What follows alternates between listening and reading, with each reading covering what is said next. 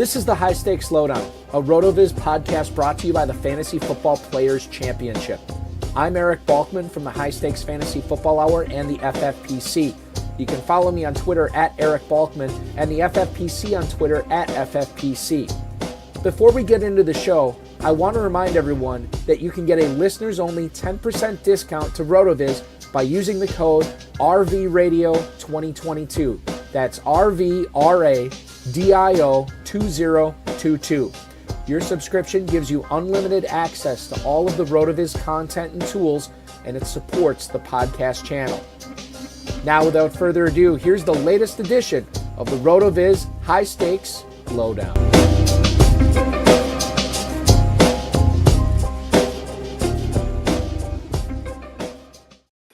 Hi, hello, and welcome into the show, ladies and gentlemen. This is the RotoViz High-Stakes Lowdown for Tuesday, December 10th, 2024. I'm your host, Eric Balkman. You can follow me on the X at Eric Balkman. Of course, you know me from the Better Sports Network's High-Stakes Fantasy Football Show, the High-Stakes Fantasy Football Hour, and the Fantasy Football Players Championship at myffpc.com. If you are looking for some fun, some action, and maybe you're not in the championship round of the FFPC Main Event or the Fantasy Pros Championship, that's okay, because we do have the Week 15 Weekly Challenge up, ready, and live, awaiting your entries right now at myffpc.com. Enter for as little as $35 with slim or classic formats, depending upon if you want to play with kickers and defenses or not. You can win up to $2,500 right now when you play the Weekly Challenge at myffpc.com. Just choose the 10 or 12 players that you want, one player per team. Watch them ride through the weekend. There's no draft. There's no salary cap. myffpc.com is where to go for that. Remember to like this video, subscribe to the channel, comment on the video, and share it with your friends, share it with your enemies. Get notified each and every time we go live by clicking the notification bell. Tell you what's going on with the rest of the broadcast this week at the end of the show. But before we can get to that, we have to get to the meat and potatoes of the show tonight. It is officially championship round, the FFPC and Fantasy Pros Championship Main Event. League Championship weekend is behind us, so now we're going to award a pair of $1 million grand prizes depending upon who scores the most points over the next 3 weeks. And one of those players that is involved in both those championship rounds, that is seeking that seven-figure payday, is the guy who finished in 20th place overall in the FFPC Main Event this year. Dozens of league championships to his name in the high-stakes space with the FFPC. Please welcome back onto the show, Mr. Marc Davidson. Marc, good evening and happy Tuesday to you. Good evening. How are you? Doing good. Now, you and I were talking a little bit before the show. You've had a good year so far, but it could get bigger depending upon what happens over these next 3 weeks. This is the most exciting the year. You get through all this, and it's a 3-week shootout. I really like the way that the points how to average out. So team will have a chance to have a few that are not as far as 400 or 500 and they're 1,050 points a week for the top 10. Marc, here's what I'm gonna have you do, because I think we might have a bad connection. I want you to go ahead and close out and then come right back in, and then we should be able to take care of that. Sometimes this happens. It's a live video podcast. These things happen. Hopefully Marc can get a better connection and we'll pop him back in, and because we got a lot of stuff to talk about tonight. We're going to open things up with an NFC South receiver that I think if you cashed in on him this year, you've been very happy. We'll get his thoughts on that player because Marc owns him in a bunch of spots. We're going to talk about the Cleveland running back situation, whether the flip has been completed between Ford and Chubb, or whether this is going to be Nick Chubb time over the next 3 weeks. We'll get into that. And I think it's worth talking about in a game where it was sort of a track meet between the Bills and the Rams, that James Cook took a back seat in that game to Ray Davis and was just not on the field a whole lot. And for those of you who drafted James Cook as a top 10, top 12 running back this year, you're planning on utilizing him as a top 15 guy at a minimum the rest of the way. So we'll get into that as well. Marc Davidson, I'll bring you back on right now, my friend. Hopefully the internet connection is a little bit better. Now, I want to lead things off tonight and talk about Darnell Mooney, because you have him on a lot of your squads.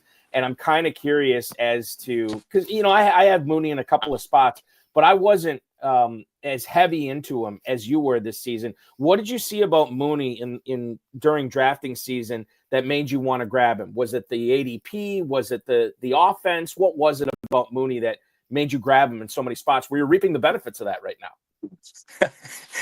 Number one, Arthur Smith was gone. Getting a quarterback like Cousins, having an offense that has lots of weapons, he was coming into that. He was going to be a number 2. London was probably going to get most of the coverage, or he was going to draw the number 1. There was going to be enough volume, and his ADP was low enough for some of my draft strategies where I loaded up on a couple top receivers, maybe a tight end and a running back. He was a nice fit as a number 3 or number 4 wide receiver that potentially would get a lot of targets. So I was excited about that opportunity. Yeah, and you have I think the Arthur Smith thing is underrated, right? Because I think if I would have put that more at the forefront of my mind, I'm like, you know what? I think they're going to use the receivers this year, where they didn't use them a whole lot last year. It was all the running backs and tight ends, and it wasn't the right running backs and tight ends. It was Jonnu Smith, and it was Tyler Algier, which was also frustrating. We do have a few questions in the chat regarding Darnell Mooney all right away here. Mark, for you, Permar99, Darnell Mooney or Adam Thielen this week. He cannot flex him out because Permar is probably loaded at running back or tight end. I don't know which. Doesn't really matter. But when you have a decision to make here, would you be playing Darnell Mooney at Las Vegas, or would you rather play Adam Thielen this week, who is going up against the Cowboys at home? I would probably go with Thielen, just based on the history. He's getting a lot of volume. Mooney he has been more of a feast or famine the last few weeks. There's a lot of different opportunities. Ray McLeod seems to be getting a lot of targets. The Atlanta Raider game, I think, has more of a probability for a negative script where they might be running more, whereas Carolina is probably, even though it's against Dallas, I think Thielen is probably going to get a few more targets. That would be where I'd be leaning. I'm honestly surprised that the total on that Falcons-Raiders game I thought would be in the high 30s. It's actually at 44 right now, so it's higher than I would have thought. The Cowboys-Panthers game is actually only 43. Panthers are 2.5-point favorites. God, how the mighty have fallen in Dallas. But I'm with you on this. I think it's Thielen. I think things went right for the Carolina Panthers offense more often than not this past week against Kansas City. There seems to be an evolution of Bryce Young playing the quarterback position to some critical acclaim right now. And I think Adam Thielen is not only a beneficiary of that, I think he's part of the cause of Bryce Young playing so well too. So I'm with you. I think Mooney, I hate to give this kind of advice. And Permar, I don't know if this is like a national contest or anything. I hate to say this to open up the championship round, but if you are way down there in the rankings in the championship round, maybe you play for Mooney. You play Mooney and you hope for the 6 for 160 and 2 touchdown game because Thielen probably isn't going to get that. Mark, I don't like doing that week 1 of the championship round where you're playing your Flyers right away. How do you feel about that? How does your mentality change when it comes to setting lineups in the championship round, as opposed to when you're in that closed 11-team league or 12-team league? I tend to go with what got me there. I try to look at all the matchups. I just try to throw my best team out there. I don't try to get too tricky because it seems like in the past, whenever I've tried to outthink myself, it ends up burning me. You take a guy that should be like James Cook, for example. He's got a tough matchup this week, but he's kind of a bread and butter player. And he's the kind of guy that really burns you if you try to outthink it, you bench him, and then you watch him have his, 25 carry, 120-yard, 2-3 touchdown type of game, and he's sitting on your bench. And I have Rico Dowdell out there thinking that, I'm a genius watching him stink it up. I got another one here from Mike Yeager. This is I'm assuming just regular PPR, not tight end premium scoring. Darnell Mooney, Zach Ertz, or Jalen Waddle. This is an interesting one as well as he's looking ahead to Week 15. We already said Mooney is going to be going up against the Raiders. The Dolphins and Jalen Waddle are in Houston to take on the Texans, and Zach Ertz is coming off the bye to go to New Orleans to take on the Saints. Which one would it be for you there? I guess if it was tight end premium scoring, I have a tough time sitting Zach Ertz over those two guys. But if it's no tight end premium, I think it comes down to Mooney and Waddle. I think I lean towards Mooney here. Boy, I think I'd have to go with you on that one. You know, Miami, the problem that they're starting to with Tua, Hill's starting to pick it back up. Mm-hmm. So he's now kind of a big piece of that. You got Jonnu there. You got the running back of Shane, who's been fantastic. There's just so many different pieces there. Ertz, same thing. That game. Trying to think who they. That is a 1:00 game on Sunday in New Orleans. Commanders are 7.5-point favorites, total of 43. That could be a negative script. And again, Washington, they do have a few weapons there. Ertz seems to get 6 to 8 targets every single game. Mm-hmm. But this could be one of those games where, you know, with New Orleans having Rattler out there, it could be a mess.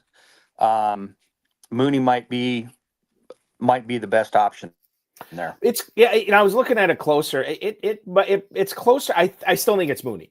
But Waddle is a 3-point underdog with a total of 47. So I think you could tell yourself a story that Waddle's the smarter play there. But Kyle Pitts is just non-existent, right? No. Even Drake London is not getting the heavy usage that Tyreek Hill gets, or, you know, quite frankly, Jonnu Smith or Achane. So I think there's more opportunity, I think, for Darnell Mooney this week. So if I had to rank him, I'd go Mooney, Waddle, and then Zach Ertz. We have another question from Mike Yeager here. Sam Darnold or Brock Purdy this week? Both of them coming off some pretty solid games. Darnold especially. Wow. He gets the Bears at home in Minnesota this week, does Darnold. Purdy is also at home this Thursday night against the Rams. So short week for Purdy, short week for the Rams as well. How do you fall in on this, Darnold or Purdy this week, Mark? I would have to go with Darnold. Purdy, again, seems to be a feast or famine guy for me. You know, they love to run the ball there, even though they're going through running backs like crazy. There might not be any left. With Darnold, you've got a couple really good big play receivers. He seems to throw the ball downfield. It's close, but I would lean towards Darnold there. I like the weapons he's got. Yeah, I mean, Kittle is crushing it right now, obviously, right? But they're probably going to be on their 4th-string running back. Are the Niners? Juwan Jennings is really the only receiver to speak of. Pearsall's not doing much. Deebo Samuel's doing nothing. And then you look at Minnesota. I mean, Addison's on a tear right now. Justin Jefferson is probably the best receiver in the game. And then you have a Pro Bowl tight end and T.J. Hawkinson scooping up everything underneath. You have the added value with the running game with Aaron Jones keeping them honest. And it's the Bears. So I do think that it's Darnold for me as well. Mark, I forgot where are you from? Where are you located? What do you have any fandom in the NFL? I know I've asked you this before. Huge. My first 50 years of my life, I lived in Denver, so I'm a huge Bronco fan. Broncos. I moved out in the Chicago area for family to help some family out. So I have a little affinity to the Bears, but really it's a huge Bronco fan. And what a year it's been for Denver, huh? I mean, I listen, I have played Bo Nix. I've streamed him a couple of weeks this year. Never thought I would see the season as a rookie, as I'm seeing with Nix, and the rise. I should say the continued rise of Cortland Sutton, who caught 10 touchdowns last year and somehow is even having a better year this year with Nix. He's been unbelievable. Devon Vele's been making some plays. They've been doing this without kind of a consistent ground game, which you would think a rookie quarterback needs to fall on that every so often. Nix hasn't needed it, and Denver's been really, really good. Good time to be a Broncos fan, my friend. It's exciting, as exciting as it's been for a long, long time. That QB mill that we had there forever, and I'm still pissed over Paxton Lynch.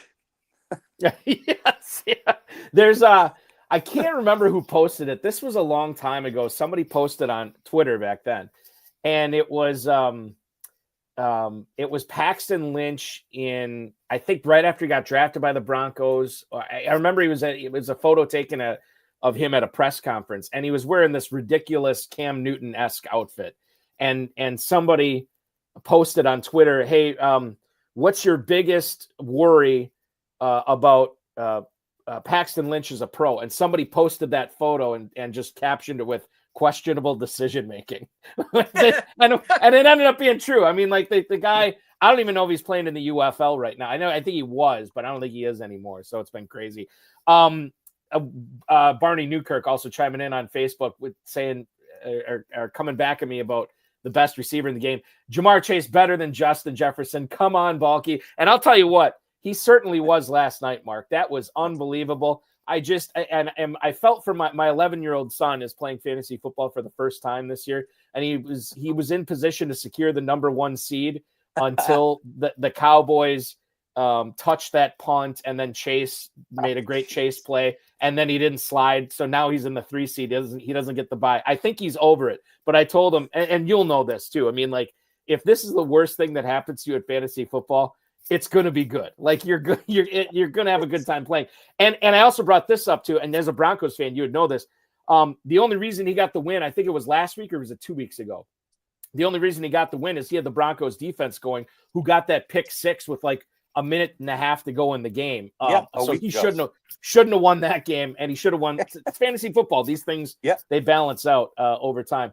And then Barney Newkirk also saying, how about that Denver D as well? Yeah, I started streaming them earlier this year, and I'm like, I can't stream these guys anymore. I can't cut them. They have been mainstays on a lot of my rosters. Denver defense has been awesome this year. It's been night and day. You look at last year with what they did against Miami, how they went through most of the season last year, how embarrassing it was.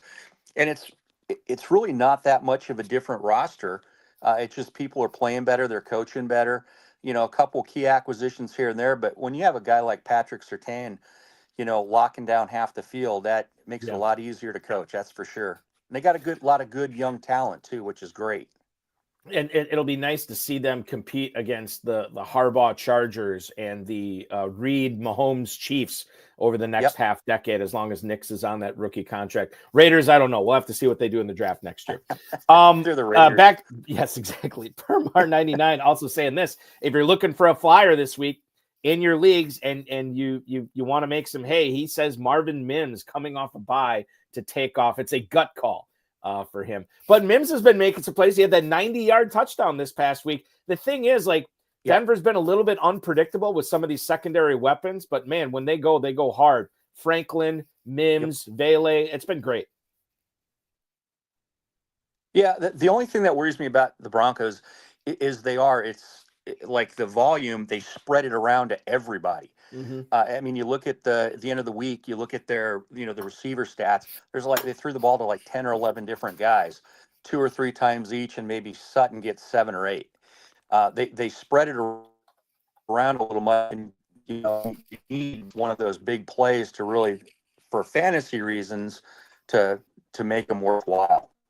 I think you can make that case for the Broncos. You definitely can make it for the Packers as well with their receivers. Now, Romeo Doubs still in concussion protocol right now, which is not great for Doubs. But you look at some of these other guys, specifically Christian Watson, against Detroit this past week, only 4 catches, 114 yards. The week before against Miami, only 2 catches, 67 yards. 2 weeks before that against the Bears, only 4 catches, 150 yards. You're loving that. But remember, against San Francisco, he had that bagel. 3 targets, no catches, no yards in that game. He's been hot. This is the type of guy that you want to get in your lineup to increase variance. How likely is it that he continues this hot streak into the championship round? See, I've got a personal bias against him because I went heavy on him at the beginning of the year in the draft. counting on him to be a receiver 3, receiver 4. And I didn't start reaping the rewards until the last few weeks. But unfortunately, the teams that I reaped the rewards on were teams that I was basically out of the playoffs. Um, it's likely it will continue, but I don't know that if I have him on a team that's in the right now, I don't know if I have better equal options. I don't know that I want to roll the dice on him catching that big pass to make the numbers work. It's so frustrating with him. He's got the potential to put up a 150 and 1 or 2 touchdowns, but he's also as likely to not see anything, and you see Dontavian Wicks is the guy for the game, or Jalen Reed is the guy that they're throwing to, or they decide they want to play 1970s Miami football and Jacobs gets 40 carries. Yeah, that's true. Hashtag better in best ball is Christian Watson. Yeah. And look, that's he can be effective in that. But part of the reason I think I have him on one dynasty team, but I don't think I have him anywhere else for that reason, Mark. I never knew when I was going to start him this week, each week this year, and I just kind of stayed away from him for sure. Now, Watson is a player that you may not have a better choice, and maybe you have to flex him out as your second flex. I get it. But some people are facing that this week. And I think another situation to watch is this Browns ground game, which is going up against the vaunted Kansas City rush defense. You say, well, Balky, I want to stay away from that.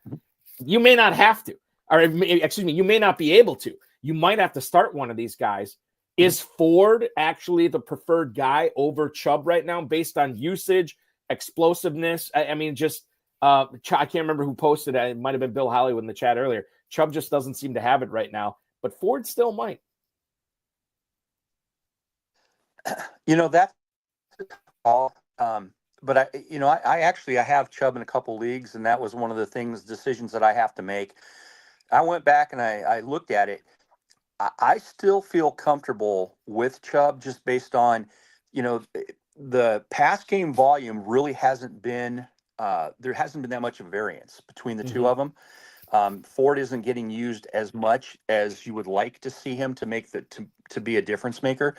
And Chubb is going to be that ground game, on the 1 or 2 yard line. He's going to be the masher.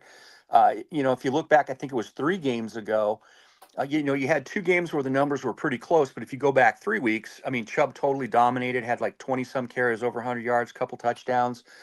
In Kansas City, I think a lot of people still look at Kansas City and they're like, dominant Super Bowl team, but they're winning games ugly. They're close games. Their offense isn't that explosive. I think it's going to be a close game. It's going to be one in the trenches, and I think Chubb is going to get enough carries and potentially a touchdown, and I think that would make the difference, and I would lean towards Chubb. Lean towards Chubb. And the thing is, like, I think that this could be another game where maybe Chubb gets you right around 9 or 10, maybe you say like 9 to 12 fantasy points. Ford could be in like that 8 to 10 area. I don't want to start either one of them, not against this rush defense. And I guess like the thing is with Chubb, he'll get goal line. You could make the case that he could fall into the end zone. And certainly the pedigree is there with Chubb as well. But go with God on this one. I don't really have a really good formulated, like super strong answer on this. What's been awesome, speaking of Cleveland, has been the passing game, how it's taken off since Jameis Winston has assumed the reins. Now, he has had some clunkers, but he's had some unbelievable performances as well.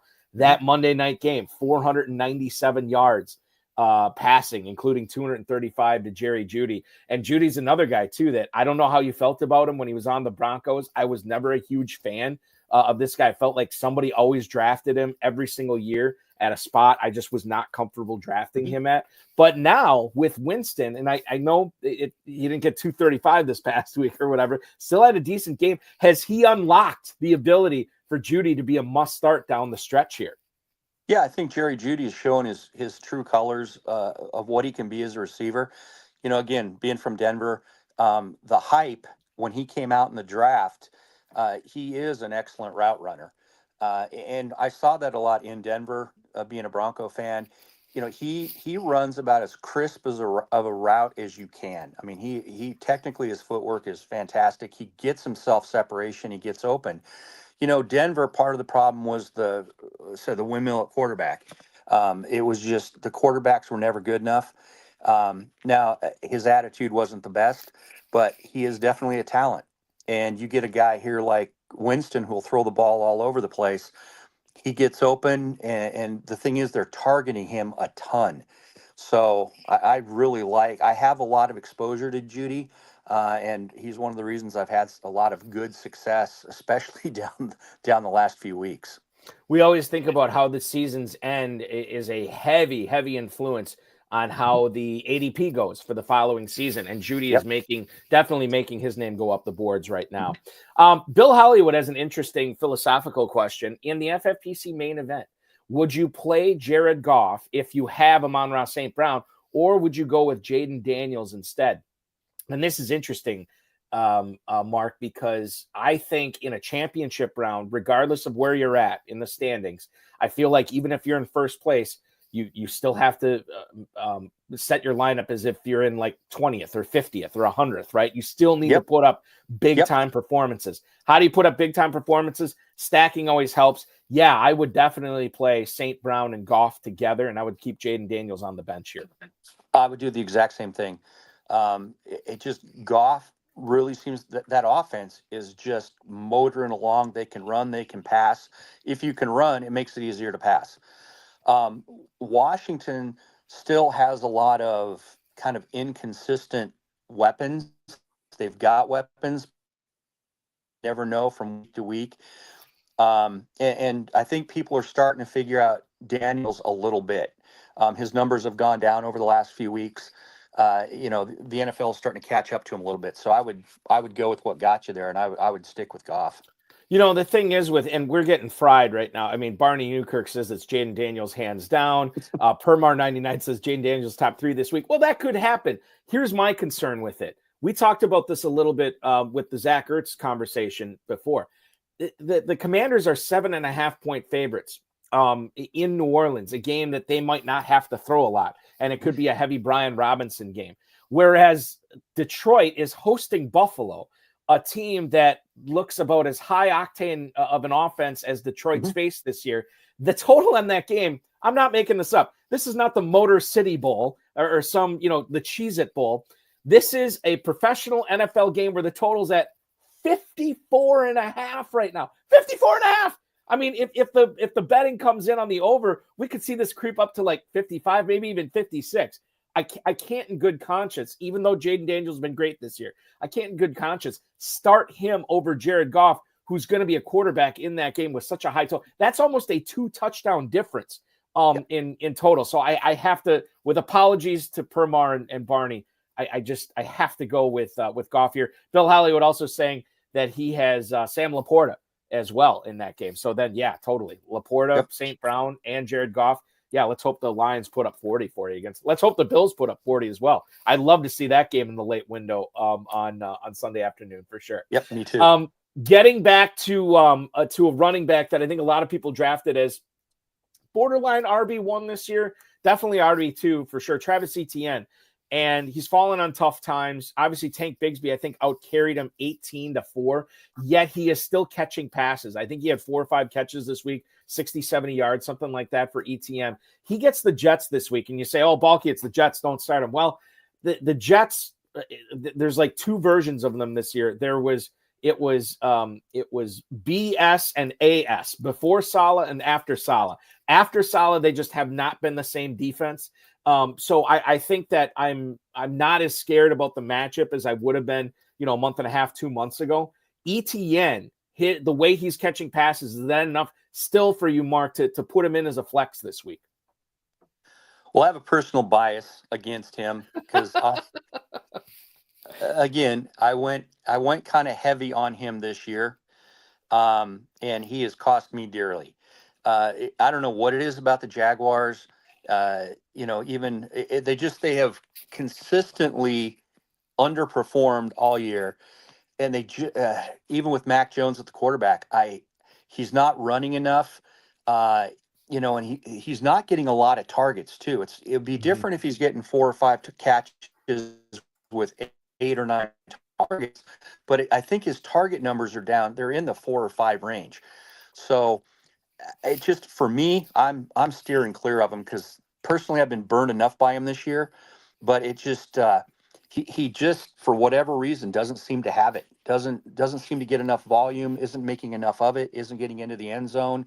I'm steering clear of it, but again, that could just be a personal bias. He has not topped 50 yards since week 3, Travis Etienne. He has not gotten more than 4 targets since week 5. This is week 15. So yeah, I think Etienne, you got to find, I mean, you may not have the option, but I think you got to find a way. I'm with you. Find a way to sit him this week, unless you absolutely have to. I'm not seeing the upside there against the Jets. We talked about Zach Ertz earlier. We talked about the reasons we like him and don't like him this week. Would you play him, or would you play Cade Otton this week against the Chargers if you had that choice? I think if it's FFPC, you want to try to play both of them. But if you only have room for one, who is it this week, Mark?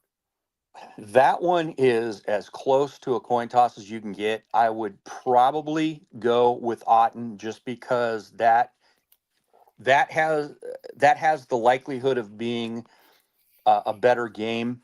I think there could be a negative game script in the Washington game, which is going to take away from a little of that. That would be the only reason I would lean that way. Otton, again, he was kind of a number 2 option there as the injuries started to pile up. Now, guys like McMillan have started to step up a little bit, but I feel, Otton is like that guy that him and Mayfield, they have that connection. I think, hold a gun to my head, I would go with Otton in this one just because of the game. The one thing I will bring up here, Otton from week 7 to week 10, all games where Mike Evans missed, I believe. He had an 8-catch, a 9-catch, an 8-catch, and a 5-catch game. 4 times he gets in the end zone 3 times in those 4 games as well. Then you get the bye. Mike Evans comes back. 1 for 30, 4 for 20, 3 for 70. So there has been a difference. Has it been enough to say he is not the right guy over Ertz this week? I don't know. I mean, this is still a 45.5 point total in this game against Los Angeles with a positive game script for Cade Otton as their 3-point underdog. So I think I would lean Otton here over Ertz as well. I'm just having nightmares. I know I have to play Jaden Daniels in a few weeks, in a few leagues this week. And apologies to Barney and Permar. I'm having nightmares where Daniels has like 1 passing touchdown, 170 yards passing, and then like 40 yards rushing. And then Brian Robinson goes off for 110 and 3 touchdowns. You know what I mean? Like, yeah. I see that as much more likely. And if that's the case, that's obviously going to hurt Ertz. And Otton could have, Otton is still involved, even with Evans. He's not as involved, but he's still involved. And this, I'm with you. I think this is a better chance at a shootout. It's a better chance for more points. And that's why we're going Otton here. Yep. James Cook. I mentioned this at the top of the show. In a game where everybody had fantasy points in this Bills-Rams game. Stafford and Kupp and Nakua and Kyron Williams and Josh Allen and Shakir and Amari Cooper and like everybody, right? And yet James Cook for large stretches of the game was not even in because the Bills were trying to put up points on the board. And when he was in, he wasn't all that effective. The line, and again, this is a 54.5 point total, so I might be saying this might be overstepping, and I might be being too aggressive. But if this is an up and down track meet again, is James Cook actually a sneaky sit? Remember that Detroit rush defense, even with all the injuries they've had, they are so well coached. You look at the Lions rush defense, they held up pretty well against Josh Jacobs. I know he got the 3 touchdowns, but he failed to top 70 rushing yards. And James Cook, with apologies to him, he's no Josh Jacobs. So I wonder if there is a scenario that you could see where Cook actually might be better off on your bench than in your starting lineup this week, Mark. The problem that I run into there, again, from past experience, trying to outthink myself. There's a difference between like a James Cook and maybe a Javonte Williams, a Kareem Hunt, somebody that may have been a much later draft pick, whereas James Cook is one of your worst guys. To replace him with somebody, typically you're replacing him with somebody deep on your bench. Cook is the kind of guy that, regardless, these are the kind of matchups that he still should come through. He still should put up some numbers. Last week, the game script, I think, had something to do with it. You go back and you look at his past few games, he still has had some pretty good games within there, and he's still a big point of the offense. I wouldn't feel comfortable benching him. Again, just because I've had some really bad luck trying stuff like that, but he is an integral piece of that offense. And one way or another, I think he's going to get his share this week. There are several players that were drafted behind James Cook that I think you can make a case, hey, these guys should be playing him over him this week. Chase Brown, for instance. Yep. Tony Pollard. I would say Zach Charbonnet, but that's a Sunday night game, and I don't know because I don't know what's going to happen with Kenneth Walker, and if Walker's active, then you can't play Charbonnet over him. Yep. Chuba Hubbard potentially as well, and then the aforementioned Brian Robinson Jr. The thing is, though, Mark, with all those guys, I'm trying to find a way to put James Cook and those other players in the lineup as well. Like I can't. Yeah. It would be hard for me to sit any of those guys too. Yep. Okay, so don't outthink yourself. I think I'm with you. You got to find it. 54.5 in that total right now. And if the Bills put up 30 points and Cook gets it in the end zone twice, you'll be just kicking yourself to no end that you sat him. So keep him in your lineup. The biggest surprise for you in week 14, Marc Davidson, what happened this past weekend that you did not see coming, that you raised not only one eyebrow, but you raised both of them when you saw it?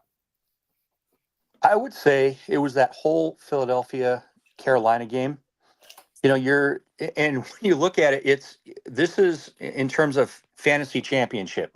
You're in a fantasy championship, big money league, and you've gotten there because you have A.J. Brown, because you have Barkley, because you have Hurts. They all significantly underperformed. They had modest days, but not what you're accustomed to and not what got you the championship. On the other side of it, you look at guys like Adam Thielen, who probably wasn't even on your roster at the beginning of the year, or he was your 19th or 20th round pick. Guys like Chuba Hubbard, who, again, was a really late pick, and those guys put up, championship winning type of points. And even the game, I didn't, if you look at loser pools, winner pools, all that kind of stuff, to see that Philadelphia game and to just see how close they actually came to losing that game.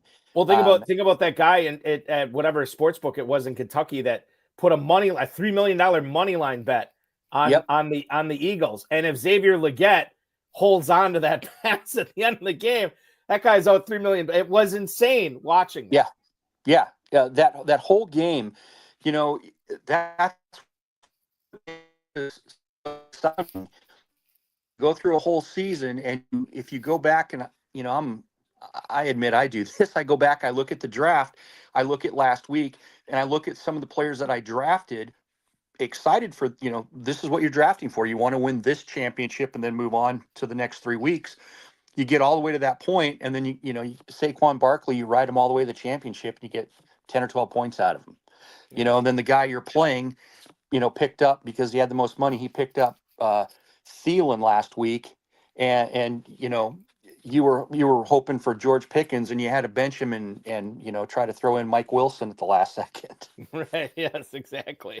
What's interesting, you bring up that Philly offense and what happened after the game with, Hurts and Brown and Smith, all, I don't know if they're necessarily taking shots at each other in the media, but I think it was Brandon Graham on his podcast said something about that these guys aren't getting along, or made inferences so that they got to find a way to work this stuff out. It is the battle for Pennsylvania this week. They go up against a tough Steelers defense. I almost wonder if this is a big blow-up game for the Eagles offense. Like when everybody's down on them, Hurts all of a sudden throws for 3 touchdowns, runs another one in. A.J. Brown gets in the end zone a couple of times. Devontae Smith catches one. What's the possibility? Because I'm looking at Narrative Street. I'm looking down Narrative Street, and I'm seeing the potential for the Eagles to blow up, but not like they're taking on a run-of-the-mill average or even below average defense. This is the Steelers' defense this week.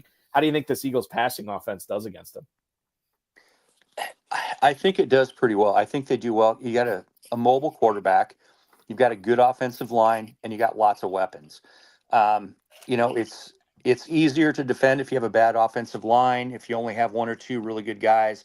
But you've got the threat of a running game with Barkley.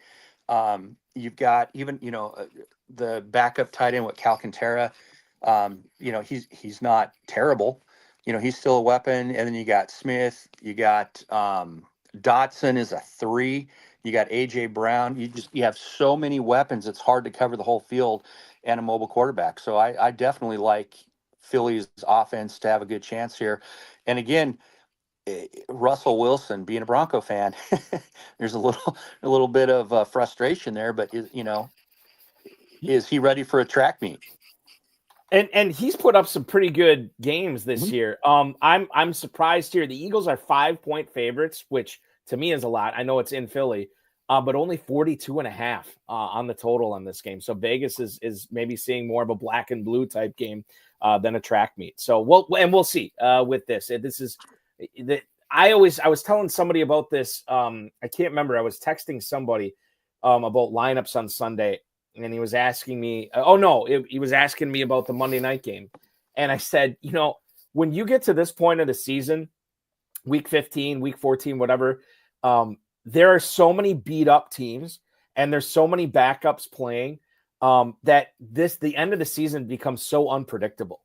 You just don't know which way the ball's going to bounce. The units that we were all looking at the start of the season have been ravaged by injuries. Players have not performed the way that we thought they were going to, good or bad. It's just, and I don't want to say it's all luck because it's not all luck. But man, is this difficult to prognosticate how these games are going to go at the end of the season. Yep, exactly. But that's what makes it exciting and frustrating. Again, try not to outthink yourself because I've been a victim of that so many times. Right. But think long, you think wrong, right? Think long, think wrong. I want to, because some of my leagues I'm done. Like I'm already looking forward to 2025. I was talking with John Terry about this last week on the show, and I brought up Brock Bowers as being the 101 in FFPC drafts next year, based on how consistent and how explosive he's looked at a premium position in the FFPC and tight end, where a lot of the other guys that we were drafting high this year have not worked out the way that we want them to. Mark Andrews, Travis Kelce, Kyle Pitts, Sam Laporta, the list goes on, right? But Bowers has not been affected by those other things that those tight ends have been affected by. Bowers has had the windmill at quarterback, right? With Vegas, and none of them have been very good, and yet he's been awesome. He's had some tough matchups, and yet he's been awesome. John, I brought that up. What about Bowers? And he said, right now, if you're drafting for 2025, for him, it would come down to Bowers, to Saquon Barkley, and to Jamar Chase for the number 1 overall pick. Mark, if I said, hey, you're drafting in an FFPC league for 2025 tonight, you have the 101. Who are you picking? It's funny because I would have serious consideration about all 3 of those guys and Bijan Robinson. Yeah, sure. Just his youth, the strides he made this year. Him and Barkley, I see, are interchangeable. Barkley, there just seems to be something with running backs, when they get into their 27, 28, 29, the usage. And it always seems like, for whatever reason in these leagues, when you follow up the following year with that RB1, they get hurt, they underperform. And that's the other thing. Next year, we don't know. Like Philadelphia, will they lose a couple offensive linemen? Will they lose a coordinator? Will things change? Will they bring in Arthur Smith? You never know. Bowers is a premium in a premium position. One of the strategies that I employed this year is I did get fortunate in a lot of these drafts, and I got a lot of 2, 3, 4, 5, 6 type of picks. A lot of those I was able to, I got some Tyreek Hill. But one of the strategies I used is I was always grabbing on the comeback in the second round, I was grabbing a tight end. And that was one of my biggest frustrations, is because I got crushed by that all year. Kelsey, Laporta, Kincaid, Andrews, Pitts, Ingram, those were the guys I was grabbing. I didn't get enough of McBride. And he was, this year there was a lot of people that were jumping on those top 6 or 7 tight ends, and realistically only one of them really panned out. And Bowers has the makings of that kind of a rock solid guy you can count on in a position that has a lot of uncertainty to it. And that's a big advantage. I think just how the tight ends are going to be drafted in general in 2025 is going to be very interesting. We'll open up drafts probably in January again with the FFPC and those first few drafts that are going to go off the board, because it's going to be McBride and Bowers high, obviously. Yep. But then after that, I don't know. I don't know what it's going to look like because there's a lot of disappointed people with their tight ends this year, and they might fall quite a bit as a result. Mark, final question for you tonight. The one player that you drafted this year that you wish you had drafted more of, and then the player that you drafted this year that you wish you're like, oh God, what was I thinking? Like, if you could go back and get more of one guy and a lot less of another guy, who would those players be? Saquon or Bowers it'd be a tie between those two. Mm-hmm. The opportunity was definitely there for both of those. I stayed away from Saquon because I've gone going running back heavy and backfilling with receivers and gotten burned.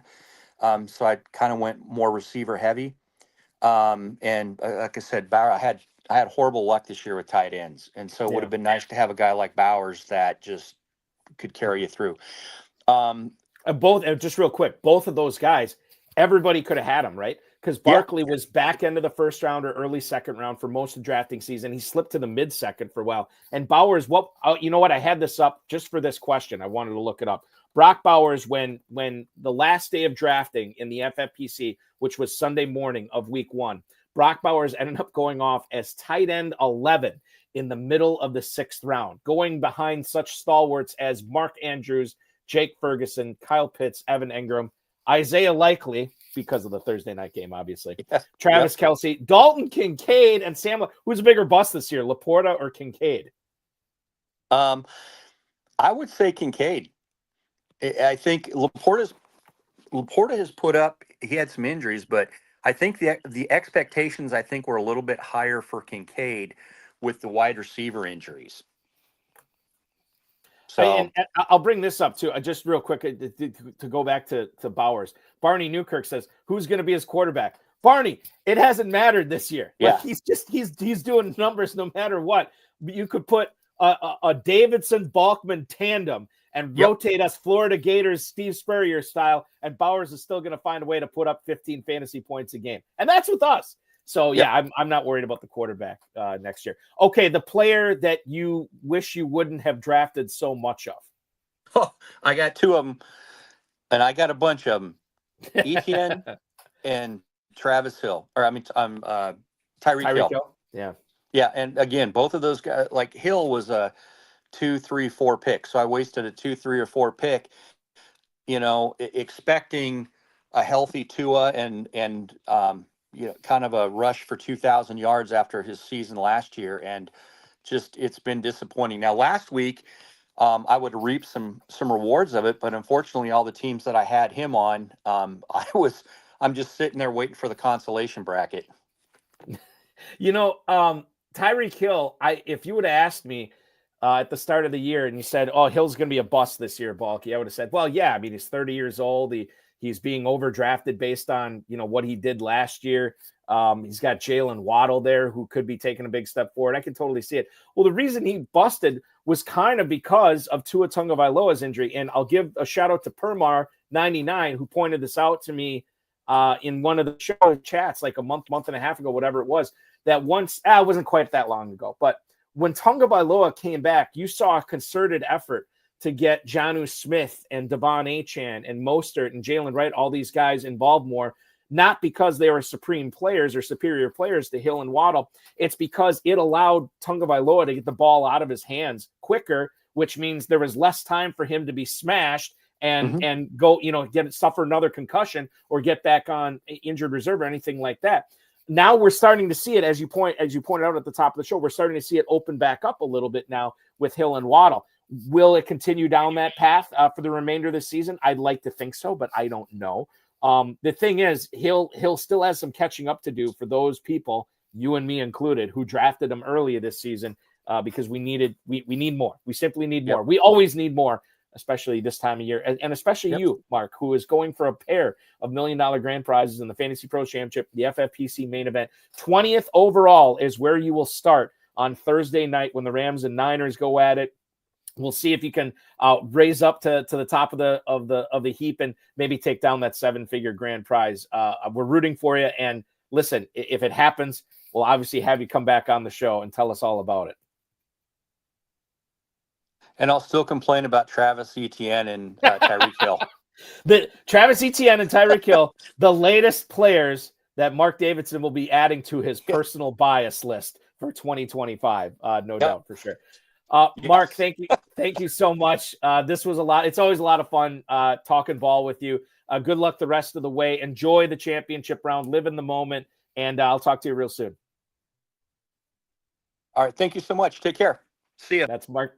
We'll see you. Thank you, Marc Davidson, the 20th place finisher in the FFPC main event regular season. He'll start off at 20th place overall when the championship round for the FFPC gets underway this coming Thursday night, Rams and Niners. Hey, speaking of Thursday night, 7 o'clock, I will be on the Better Sports Network for the High Stakes Fantasy Football Show. Special guest to be announced. That will be airing at 7 o'clock Eastern, and we'll take you right up deep into the second quarter of that game. Best fantasy football pregame show out there. We'll answer all your starts and sits for championship round. That is coming up on Thursday. Then on Friday night, we will have the incomparable Farrell Elliott, who I know Bill Hollywood was talking about in the chat. He and I will welcome on another guest who has championship aspirations, going for a $1 million grand prize. The Pride of California, Ron Ibarra, will join us. Now, Ron only played 2 FFPC main event teams this year. And I'm betting he wish he had more, because he is in 16th place overall with one of them in the championship round. Both his teams are actually in the championship round. One's in 16th place overall. Ron will join us on Friday night to tell us all about his team and his chances of taking down that $1 million grand prize. That's 10 p.m. On the FFPC socials Friday night. Farrell Elliott, myself on the High Stakes Fantasy Football Hour. If you are looking to play in the FFPC and don't want to wait till the world famous playoff challenge, which we'll be announcing soon, the FFPC weekly challenge is live for week 15. Start whatever players you want. Quarterback, 2 running backs, 2 receivers, tight end, 4 flexes, no kickers and defenses, or kickers and defenses. You can play either one. Enter for as little as $35, win up to $2,500. No draft, no salary cap. You can build these teams in minutes. Just 1 player per team. No stacking, please. That's at myffpc.com. Remember to like this video, subscribe to the channel, comment on the video, share it with your friends, share it with your enemies, and get notified each and every time we go live, which this show will go live again next Tuesday at 10 p.m. Eastern. With another guest and myself chopping it up on the RotoViz High-Stakes Lowdown. Otherwise, we will be live again on this channel Thursday night, as well as on the Better Sports Network. The simulcast going on 7 p.m. Thanks so much for watching, everybody. For Marc Davidson, I'm Eric Balkman, and this has been the RotoViz High-Stakes Lowdown.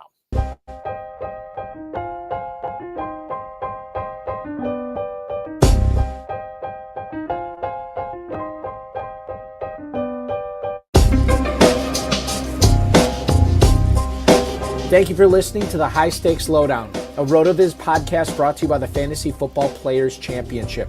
And thanks to Grapes for our theme music. Please review the podcast on iTunes under the RotoViz radio feed. It helps us find new listeners. Contact us via email, rotovizradio@gmail.com. We'd love to hear what you think, and follow us on Twitter at RotoVizRadio. And remember, you can always support the show by subscribing to RotoViz at a 10% discount through the NFL podcast homepage, rotoviz.com/podcast.